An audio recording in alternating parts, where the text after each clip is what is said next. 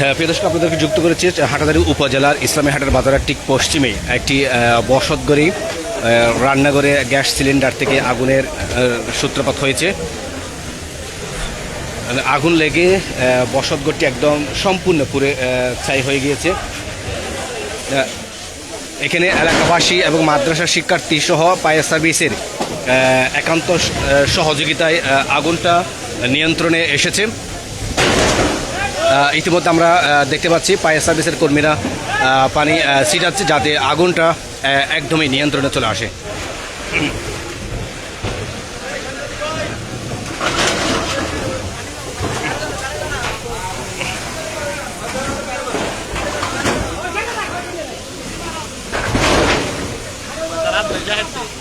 হ্যাঁ আর থাড়িয়ে দেয় না না ইন্দা থাড়ি দেবেন টিন্ন না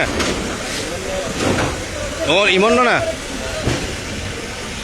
এই ইমন ভাই চলে তুই চলে গেলে কি হ্যাঁ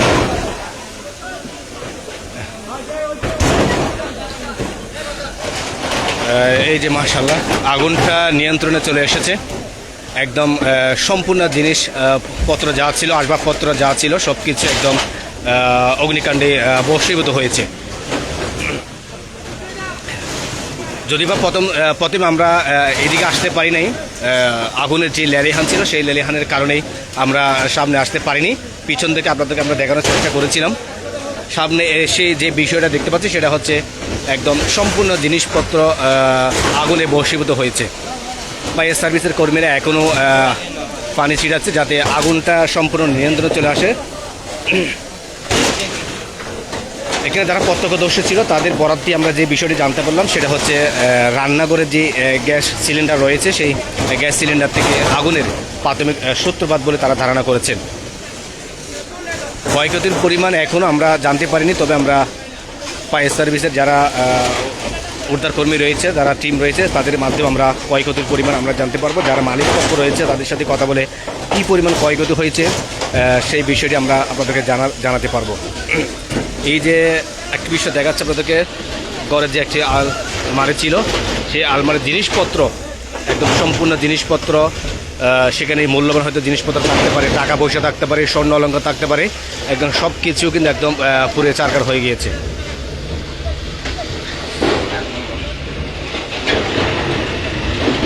এখানে একজন আমাকে জিজ্ঞেস করছেন আগুনটা কোন জায়গায়। আমি হয়তো ক্যাপশনে কিন্তু তেমন লিখতে পারিনি, খুব দ্রুত এখানে এই আগুনের ধোঁয়া এবং লেলিহান থাকার কারণে আমি আবারও বলছি এটা হচ্ছে হাটাজারি উপজেলার ইসলামী হাটের বাজারের ঠিক পশ্চিমেই, ইসলামী হাটের যে বাজার রয়েছে সেই বাজারের ঠিক পশ্চিমেই একটি বসতঘরে রান্নাঘরে একটি গ্যাস সিলিন্ডার থেকে আগুনের সূত্রপাত ঘটে।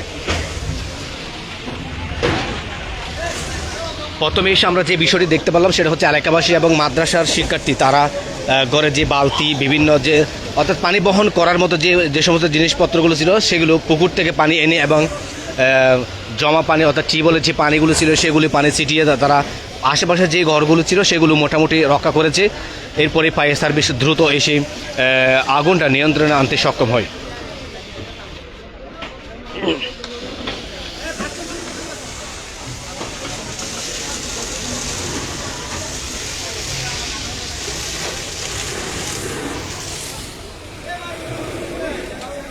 ক্ষয়ক্ষতির পরিমাণ যদি আমি বলি প্রাথমিকভাবে, যেহেতু এটি একটি টিনের ঘর, ছোটো ঘর দেখা যাচ্ছে, এখানে সম্পূর্ণ জিনিসপত্র যা ছিল একদম সব কিছু কিন্তু আগুনেই পুরে বশীভূত হয়েছে।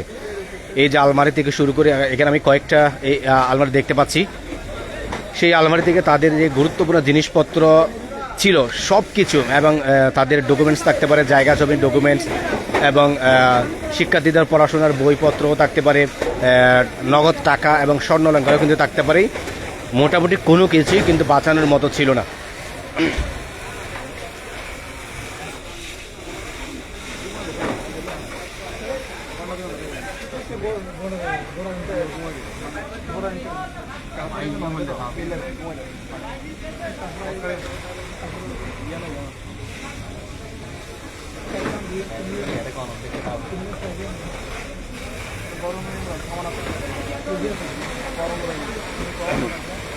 এই আরেক বোতল একটু পানি দেন, থাকলে আশেপাশে গিয়ে থাকলে ওদের পানিটা শেষ হয়ে গেছে, খাওয়ার পানিটা।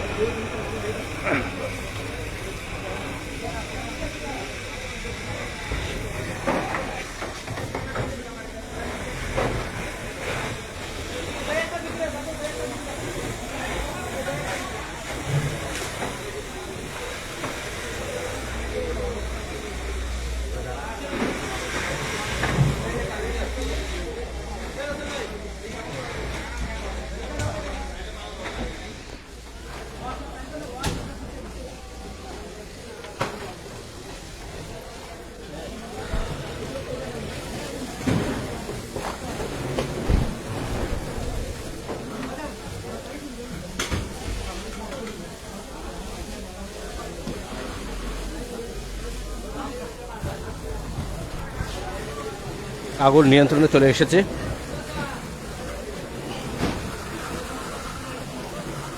ঘরের কোনো জিনিসপাতি কিন্তু রক্ষা করতে পারেনি, ঘরের কোনো জিনিসপাতি কিন্তু একদম রক্ষা করতে পারেনি। এই যে পাশের ঘরের যে পানির ট্যাঙ্ক ছিল, সেই পানির ট্যাঙ্কটিও কিন্তু আগুনে ভস্মীভূত হয়েছে।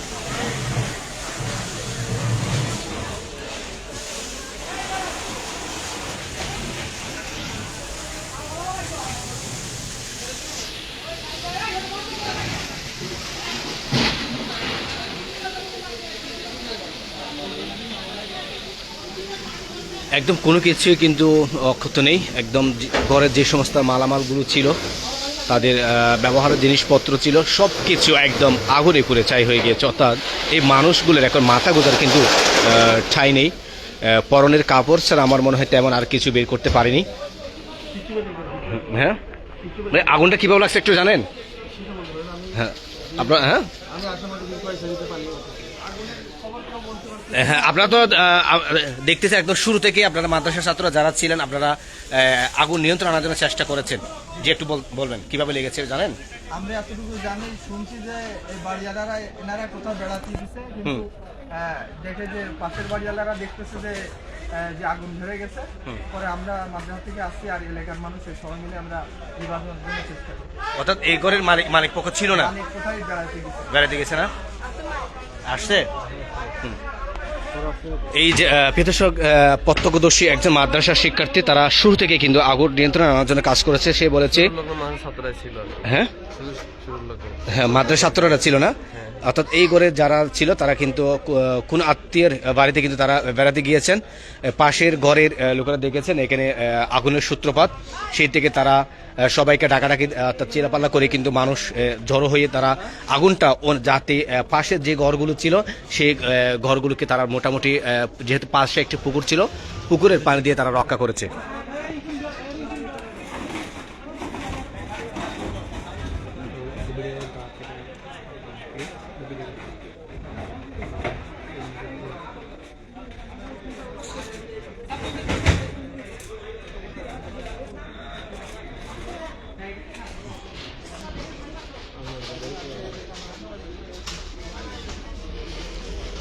যে জায়গা থেকে অগ্নিকাণ্ডের সূত্রপাত, এটাই হচ্ছে মনে হয় রান্নাঘর। এই জায়গা থেকে হয়তো আগুনের সূত্রপাত হতে পারে। হ্যাঁ হ্যাঁ,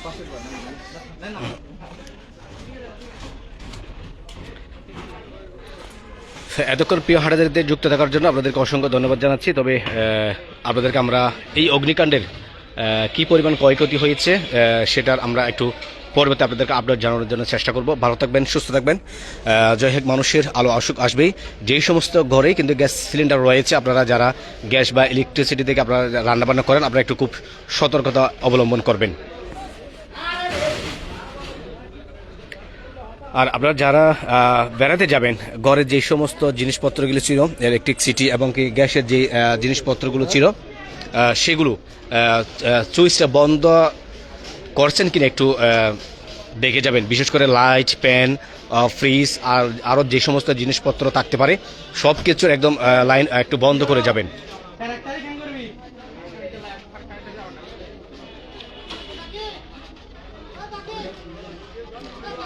আমার মনে হয় মালিক পক্ষ এসেছে, তার মানিব্যাগটা হয়তো সেখানে ছিল, তিনি সেটি হয়তো মানিব্যাগটা কিন্তু অক্ষত ছিল। তিনি প্রথমে যে জায়গাতে তিনি হাত দিয়েছেন, যে তিনি যেই পালংটাতে তিনি ঘুমান, সেই পালংয়ের নিচে হয়তো তার একটা গুরুত্বপূর্ণ জিনিস থাকতে পারে, তিনি হয়তো সেটা পেয়েছেন, আগুনে অক্ষত ছিল।